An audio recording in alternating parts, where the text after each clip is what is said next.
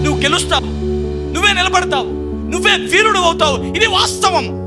బంధువులందరూ దాన్ని వ్యతిరేకించి ఉండొచ్చు, తల్లిదండ్రులు నమ్మకపోయి ఉండొచ్చు, అత్తమామలు వ్యంగ్యంగా మాట్లాడి ఉండొచ్చు, నీ భార్య నిన్ను గుర్తించపోయి ఉండొచ్చు, నీ భర్త నిన్ను పట్టించుకోకపోయి ఉండొచ్చు, నీ ఒక హాస్యాస్పదంగా వారి నోరుల్లో మా నాన్న ఉండవచ్చు, వాళ్ళు చూసి నిన్ను వెక్కిరి నవ్వులు వెక్కిరి చూపులు చూసి ఉండొచ్చు.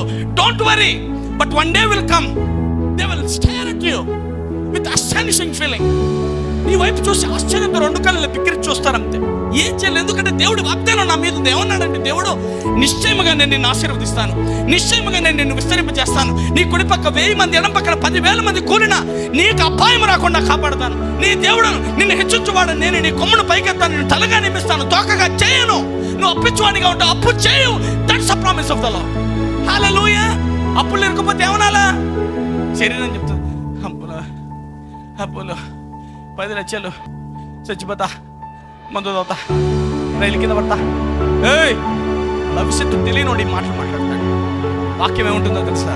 నన్ను ఆశ్రయించువానికి ఏ మేలు కొదువై ఉండదు. సింహపు పిల్లలు లేమి గలవై ఆకలి కొంటాయేమో, యెహోవాను ఆశ్రయించువానికి ఏ మేలు కొదువై ఉండదు. That's the promise of the lord.